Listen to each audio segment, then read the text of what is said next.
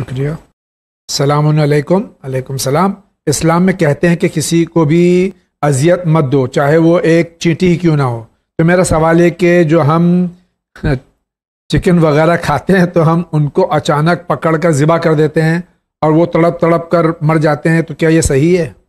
دیکھیے، ہمیشہ انسان کو یہ سوچنا چاہیے کہ حیات ہر چیز میں ہے. جی. یہ نہیں کہ سبزی میں حیات نہیں ہے. سبزی میں بھی حیات ہے. ہندوستانی سائنٹسٹ نے ثابت کیا ہے یہ. سبزی میں حیات ہے. جی. تو حیات ہر چیز کی الگ ہوتی ہے. جی. لیکن ایک قانون یہ ہے کہ ہر چھوٹی چیز اپنی بڑی چیز کے اوپر قربان ہوتی ہے. سبزی حیوانات کے اوپر قربان ہوتی ہے، حیوانات انسان پر قربان ہوتے ہیں، انسان امام پر قربان ہوتا ہے، امام دین پر قربان ہوتا ہے، اور دین وہی حکم خدا ہے اور پروردگار عالم ہے. لہذا قربانی کے یہ طریقے ہیں، اس کے اندر کوئی ایسی قبیح چیز نہیں ہے. ہم محسوس نہیں کرتے کہ سبزیوں میں حیات نہیں، ورنہ اس میں بھی حیات ہے.